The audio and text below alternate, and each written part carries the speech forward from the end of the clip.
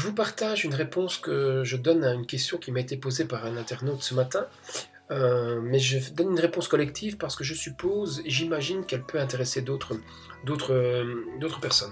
Alors je vous lis la question qui m'a été posée dans cet échange. Alors, avec ce que nous vivons comme événement aujourd'hui, beaucoup de chrétiens évangéliques relancent et partagent la question des interprétations du livre de l'Apocalypse. Le problème, me dit Frédéric, c'est que l'on entend tout et son contraire. Des propos dits avec sérieux et d'autres qui décrédibilisent finalement complètement les Écritures. Donc, il me faisait l'allusion au fait que dans tout ce qu'on entendait aujourd'hui au travers des réseaux sociaux, au travers de ce que les gens partageaient, finalement, on entend tout et n'importe quoi. Il y a des choses qui sont dites avec sérieux, qui sont apportées avec un sérieux, et d'autres qui décrédibilisent complètement finalement l'impact que peut avoir la parole de Dieu. Et il me disait, mais qu'est-ce que tu en penses? Donc qu'en penses-tu? Comment le vis-tu toi personnellement? Et comment gères-tu cela? Alors je ne savais pas comment lui répondre à cette question. Je lui ai dit, écoute, laisse-moi réfléchir et puis je te répondrai. Et sur ce fait, je me suis dit, tiens, autant peut-être donner une réponse plus générale, plus collective, parce que c'est quelque chose qui... c'est une question vaste, mais en même temps importante, et qui doit certainement toucher d'autres personnes. Alors, pour répondre à sa question, finalement, comment je le vis, qu'est-ce que tu en penses, comment tu gères un peu tout ce qui se dit, tout ce qui se fait, tout ce qu'on peut donner comme interprétation sur les événements actuels, je trouvais que la meilleure réponse que je pouvais apporter, c'était plutôt de donner un avis, ou plutôt partager quelques idées qui ne sont que l'introduction finalement, une mini-introduction du livre de l'Apocalypse.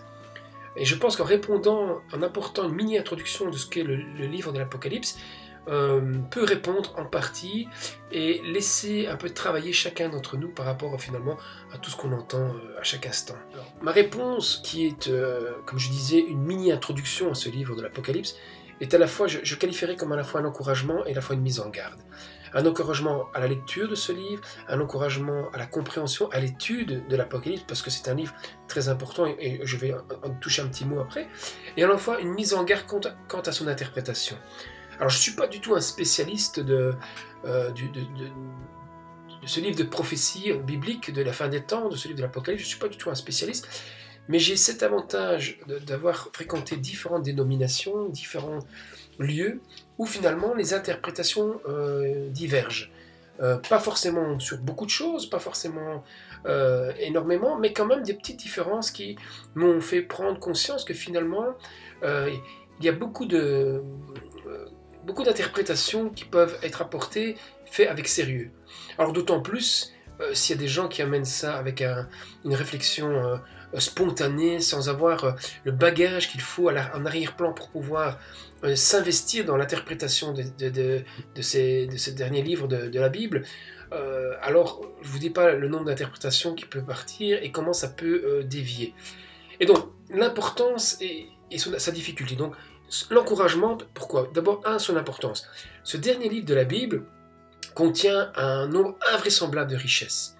Ça, quelles que soient les personnes qui ont étudié le livre de l'Apocalypse, même ceux qui le lisent, on sent, même sans comprendre les choses, on sent qu'il y a quelque chose de fort, de puissant, on sent qu'il y a quelque chose, d'une richesse énorme.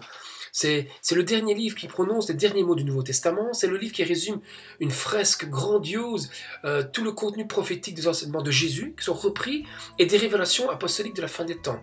Rien qu'à ce titre-là, vous comprenez bien que c'est un livre très important.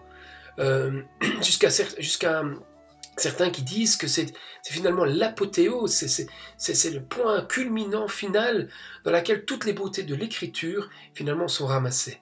Donc, premièrement, la première chose à se dire, c'est que vraiment, je vous encourage, si vous voulez avoir du discernement dans ce qui se dit, dans ce qui s'interprète, dans ce qu'on entend, tout et son contraire, comme disait Frédéric tout à l'heure, je vous encourage vraiment à lire, à étudier, à faire silence, comme disait un pasteur il n'y a pas très longtemps, devant ce texte, pour se laisser imprégner.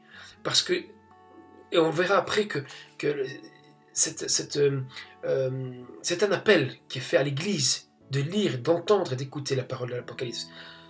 En même temps, et je tiens à le dire, c'est un livre difficile. C'est pas un livre facile. La lecture et particulièrement son interprétation demande beaucoup de prudence. C'est pour ça que je dis qu'il y a une mise en garde.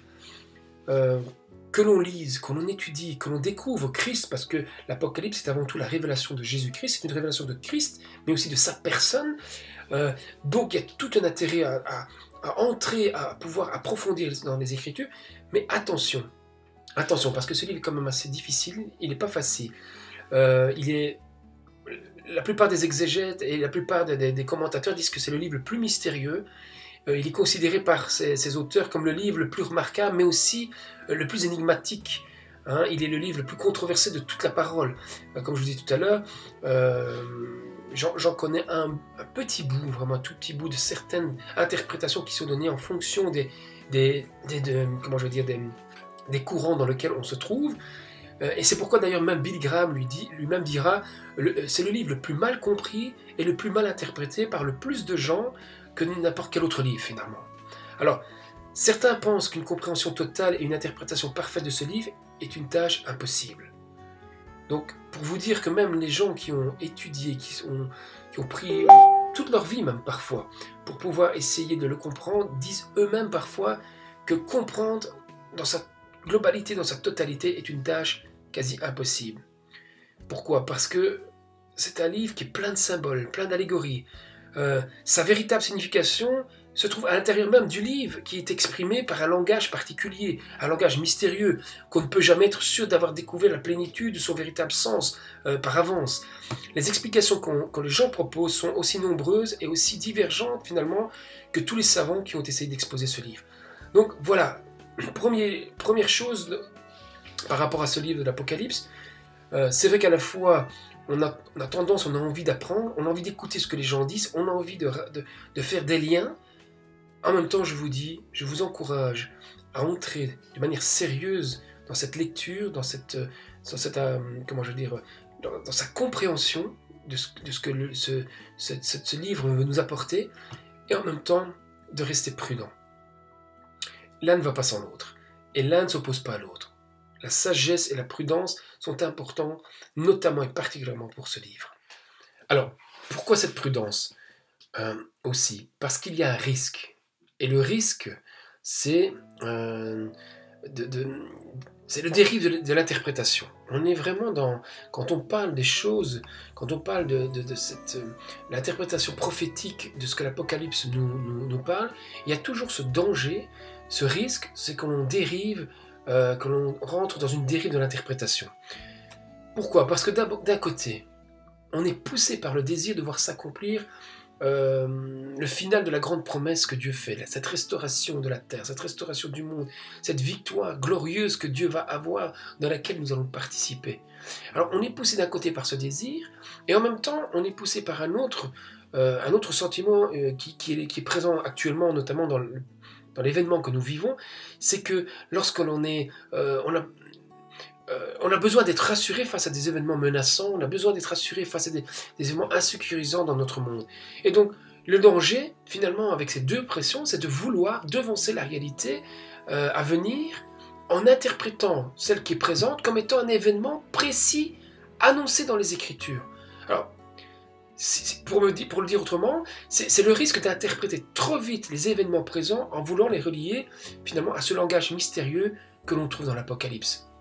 Il y avait d'ailleurs un ancien dans la première église que j'ai fréquentée lorsque je me suis converti, qui me disait toujours, écoute Tonino, par rapport aux prophéties, par rapport à l'interprétation des prophéties, dis-toi toujours qu'il y a ce qui est passé, et ça, on peut avoir un avis assez précis.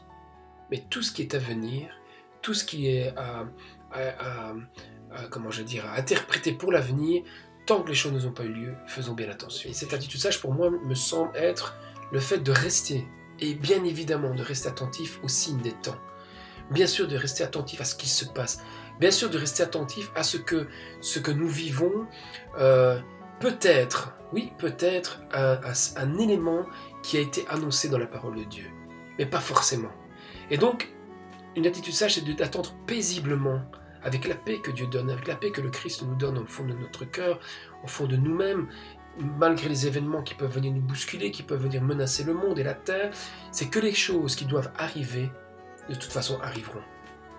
Et donc c'est dans cette attitude à la fois d'être observateur, mais ne pas se précipiter à dire n'importe quoi, n'importe comment. Le livre de l'Apocalypse donne des indications fondamentales pour la foi des chrétiens, de ceux qui attendent l'accomplissement final de la grande promesse. C'est pour ça que les éléments capitaux pour encourager à tenir bon dans la foi, malgré les perturbations qui s'annoncent pour notre planète, sont dans ce livre. Et peut-être avant tout, c'est à cela qu'il sert ce livre. D'abord, la révélation de Christ. Deux, de savoir qu'il y a des choses extraordinaires qui vont se passer. C'est vrai, des choses qui sont insécurisantes pour ceux qui ne sont pas avec le Seigneur peut-être, mais qu'au travers de ces moments insécurisants, Christ, Dieu est là, et Dieu nous accompagne. Nous connaissons, quand nous étudions le livre de l'Apocalypse, c'est vrai, on peut dire que nous connaissons un bout sur le fond et les périodes du déroulement des choses à venir. Ça, c'est certain.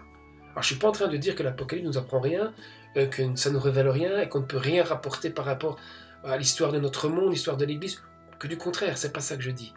Mais je dis que nous en connaissons le fond, nous en connaissons un bout, nous savons ce qui est passé, mais nous ne connaissons pas les configurations exactes dans tous ces détails et les moments précis dans lesquels vont se passer les choses qui restent encore à venir. Alors, faut-il pour autant ne pas chercher à interpréter ce livre, ou faut-il l'éviter? Ou alors l'autre question, faut-il laisser ça aux spécialistes, aux exégètes contemporains et ne pas s'en préoccuper? Non, certainement pas, c'est pas ça que je suis en train de dire. La prudence à l'interprétation ne nous empêche pas d'adhérer et à rechercher une compréhension des mystères de ce livre de l'Apocalypse. Au contraire, le livre même fait une invitation à entrer dans la bénédiction particulière qu'elle porte à ceux qui liront et entendront.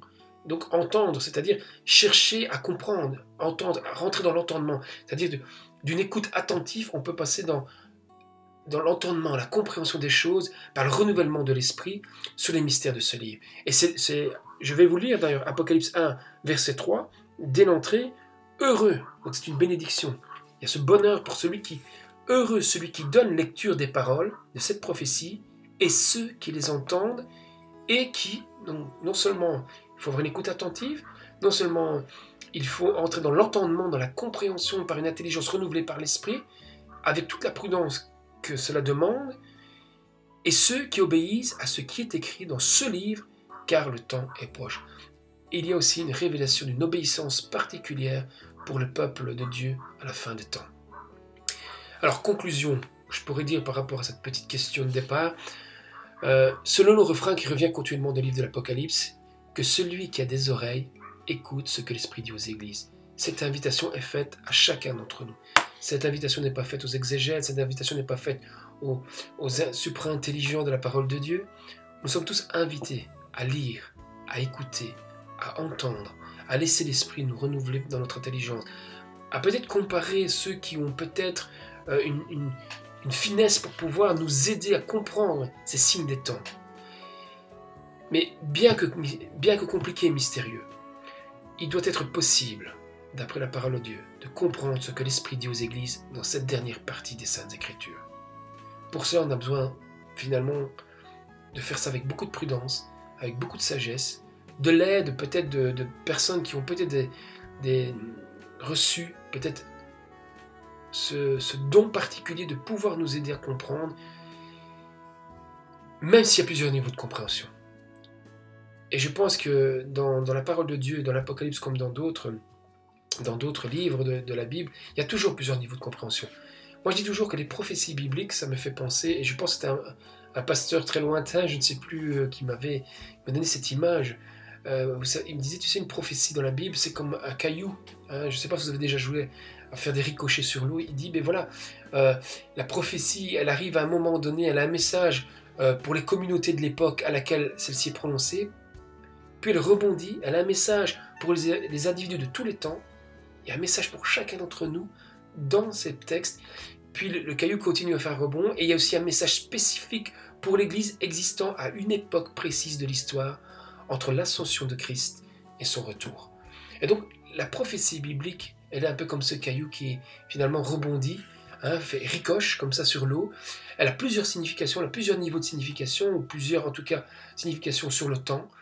Et comme diraient certains rabbins, et je terminerai peut-être avec ça, plus particulièrement encore pour cette portion d'écriture, parce qu'on pourrait le dire pour toutes les écritures dans la Bible, je nous conseille avant tout de lire 7 fois attentivement ce livre, et ensuite 7 fois le passage étudié avant même de vouloir entrer dans la compréhension et l'interprétation de celui-ci. Eh bien, cette histoire de faire silence devant la parole de Dieu, comme disait le pasteur Joseph Caruzzo il n'y a pas très longtemps, faire silence devant Dieu, c'est aussi se mettre d'abord dans une disposition de cœur, non pas pour essayer de nous rassurer, non pas pour essayer de colmater tout ce qui se passe à l'Apocalypse, mais pour laisser Dieu lui-même nous parler, nous indiquer ce qu'il voulait nous révéler dans sa propre parole. Alors voilà, j'espère que ce petit encouragement vous fera aussi du bien, cette réponse que je donne à Frédéric, qui est de lui dire finalement comment je gère tout ça. Eh bien, ma gestion, c'est de ne pas me lancer sur tout ce qui se dit, ce n'est pas reconnaître tous les prophètes qui passent aujourd'hui devant le net ou sur le net. La prophétie, l'esprit de prophétie est avant tout dans la parole de Dieu. Et si on ne peut pas comprendre avec intelligence, avec l'esprit, ce que la parole dit dans la Bible elle-même, alors on ne peut pas se prétendre être prophète. On ne peut pas se prétendre être prophète si on n'est pas en concordance avec l'Esprit Saint qui est dans les Écritures, parce que l'Esprit Saint ne se contredira pas lui-même. Voilà tout simplement. Je ne dis pas qu'il n'y a pas de prophète, pas du tout, que du contraire, mais je dis simplement que l'esprit de prophétie, la compréhension des prophéties bibliques se trouve avant tout dans l'intelligence renouvelée par le Saint-Esprit dans la parole de Dieu, avec ceux qui ont reçu ce don particulier, ce discernement particulier, peut-être cette faculté particulière pour nous y aider à avancer. Comme je vous disais, je ne suis pas un spécialiste de l'Apocalypse, mais nous avons suffisamment de commentaires, nous avons suffisamment de gens sérieux qui peuvent nous aider avec cette prudence et cet encouragement d'essayer de comprendre ce qui se passe, à quel moment nous sommes et vers quoi nous allons. Voilà. Que le Seigneur vous bénisse au travers de sa parole avant toute chose. Et voilà, peut-être pour une autre question, un autre moment par un autre internaute. À bientôt!